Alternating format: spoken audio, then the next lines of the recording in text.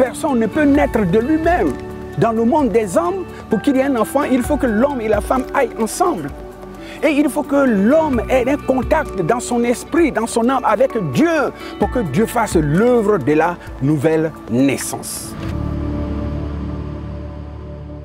Chers amis, chers frères, chères sœurs, c'est toujours un plaisir pour nous d'être avec vous et de vous apporter la bonne parole de notre Seigneur. Cette parole qui nous édifie et qui nous fait du bien.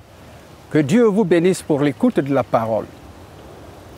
Aujourd'hui, nous parlerons d'un mécanisme spécial et particulier. Et je dis comprendre le mécanisme de la nouvelle naissance. En Jean chapitre 3, au verset 3, Jésus qui parlait à Nicodème dit ceci: si un homme n'est né de nouveau, il ne peut voir le royaume de Dieu. Nicodème est présenté par Jésus lui-même comme le docteur de la loi.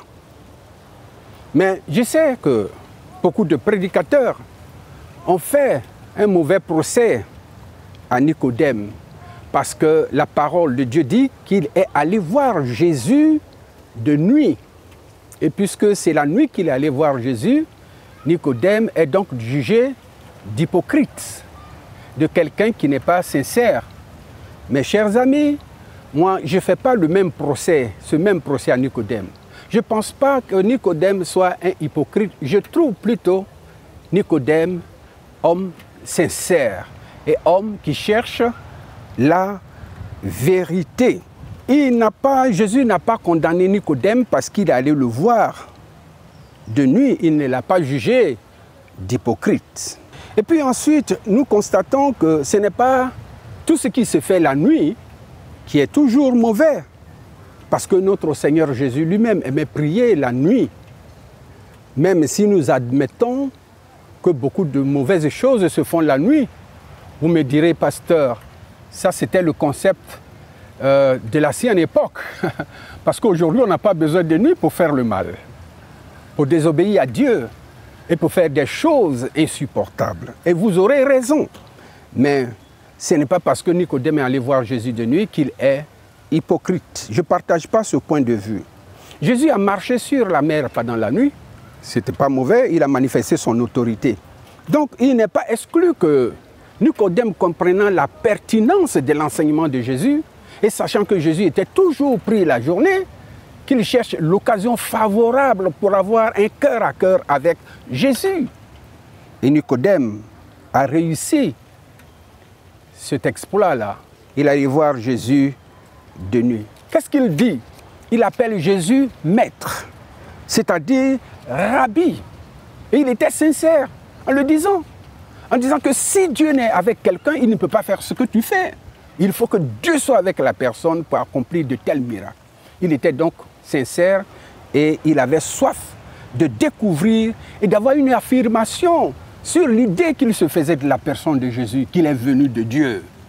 Dans la conversion de Jésus avec Nicodème, nous avons l'exposé sotériologique si profonde et si puissante. C'est dans cet exposé-là que nous avons, par exemple, car Dieu a tant aimé le monde, qu'il a donné son Fils unique afin que quiconque croit en lui ne périsse point, mais qu'il ait la vie éternelle. C'est dans la conversation avec Jésus que nous avons cette grande révélation. Et nous savons que Jean 3,16 est le verset le plus cité au monde. Donc la relation de Jésus avec nous nous a permis de découvrir de grandes choses et beaucoup de choses même. Alors, Nicodème, pour moi, il n'était pas un hypocrite, parce que nous voyons que quand des gens envoyaient, eh bien, des gens allaient prendre Jésus et qu'ils sont revenus, ils ont dit, mais jamais personne n'a parlé comme cet homme. Il disait des paroles méchantes à l'endroit de Jésus et Nicodème a dit, est-ce que notre loi permet de condamner quelqu'un sans l'avoir attendu? Vous comprenez que même devant les souverains sacrificateurs, les prêtres, il a pris la cause de Jésus. La parole de Dieu nous révèle aussi que quand Jésus était crucifié, Joseph d'Arimathée il a demandé le corps de Jésus. Et la Bible mentionne que c'est avec Nicodème qu'il a fait descendre le corps de Jésus et qu'il a de mettre le corps de Jésus dans le tombeau. Un hypocrite peut-il se comporter comme ça? Je pense que Nicodème était sincère et il cherchait la vérité. Et dans cette parole, Jésus dit, si un homme ne naît de nouveau, il ne peut voir le royaume de Dieu. Pourquoi parle-t-il de la nouvelle naissance? Quand l'homme est-il né pour la première fois? Quand l'homme est-il venu dans le monde pour la première fois? Cela nous renvoie au commencement. L'homme a été créé à l'image de Dieu. Il avait les attributs de Dieu. Et l'homme ayant péché, il a perdu sa valeur. Donc il est mort, même s'il est vivant. Alors puisqu'il y a eu cette rupture entre l'homme et Dieu, Jésus dit, pour qu'un homme soit sauvé, il faut qu'il naisse de nouveau. Nicodème n'avait pas compris cela. Mais nous comprenons, chers frères, chères sœurs, que la nouvelle naissance avec laquelle nous devenons enfants de Dieu et nous vivons la vie de Dieu n'est pas une œuvre humaine. Nicodème ne comprenait pas cela et il avait raison. Mais Jésus va lui dire, tu vois le vent, il souffle, on sait d'où il vient et où il va. Il veut tout simplement dire que la nouvelle naissance est l'acte de Dieu. C'est Dieu qui produit en nous la nouvelle naissance. Personne ne peut naître de lui-même. Dans le monde des hommes, pour qu'il y ait un enfant, il faut que l'homme et la femme aillent ensemble. Et il faut que l'homme ait un contact dans son esprit, dans son âme avec Dieu, pour que Dieu fasse l'œuvre de la nouvelle naissance.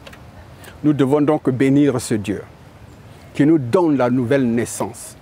Peut-être que des gens vous demanderont de faire des sacrifices, de faire ceci, de faire cela, pour que vous naissiez de nouveau. Mais à partir de cette conversation que Jésus a eue avec Nicodème, il est clair que la nouvelle naissance est l'acte souverain de Dieu en nous. C'est Dieu qui produit cela. N'est-ce pas? Je termine en disant par exemple, quand une femme va avec un homme et qu'elle tombe enceinte, les heures qui suivent, elle ne sait pas qu'elle est enceinte. Elle ne sait pas qu'elle est enceinte. C'est au fil du haut et à mesure, au fil du temps, qu'elle-même se rend compte parce qu'il y a des choses qui se passent dans son corps et il faut qu'elle vérifie pour qu'elle soit certaine qu'elle est enceinte. C'est la grâce de Dieu donc qui nous fait passer de la mort à la vie, des ténèbres à la lumière. Et je voudrais te dire, mon cher ami, si tu as changé et que des choses que tu faisais avant et que tu aimais faire et que maintenant ces choses ne te disent plus rien, tu ne cours plus après ces choses, c'est qu'il y a eu l'action de l'Esprit de Dieu dans ton âme, dans ton esprit. Dieu t'a fait naître de nouveau. Marchons donc dans cette nouvelle naissance parce que c'est la grâce de Dieu. Ce n'est pas par la volonté de l'homme, la puissance de l'homme, mais c'est par l'Esprit, c'est par la parole de Dieu. Je suis né de nouveau par la grâce de Dieu. Et tout l'honneur doit être rendu à Dieu. Et je dois donc, si je suis né de nouveau, me conformer quotidiennement à la nouvelle vie que Dieu me donne par son esprit pour grandir, pour être fort. Et cela, c'est quoi? C'est la lecture quotidienne de la parole de Dieu. C'est la prière, c'est l'attachement à l'œuvre de Dieu parce que Dieu a fait de toi une nouvelle personne. Que toutes tes œuvres glorifient donc celui qui t'a fait naître de nouveau parce qu'il t'a préparé une place. La place dans son royaume. Que Dieu nous bénisse donc pour les millions de personnes qui sont nées de nouveau par l'action du Saint-Esprit. Par l'action du Saint-Esprit. Encore là, Dieu a démontré son amour envers nous et je me réjouis toujours.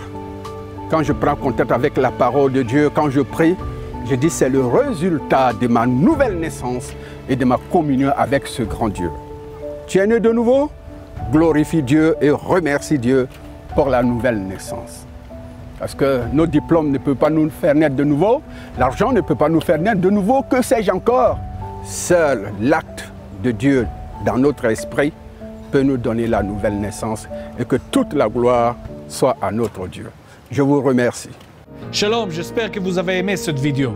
Abonnez-vous pour ne pas rater nos programmes. Merci de faire partie de notre famille TBN. Que Dieu vous bénisse. Shalom de Jérusalem.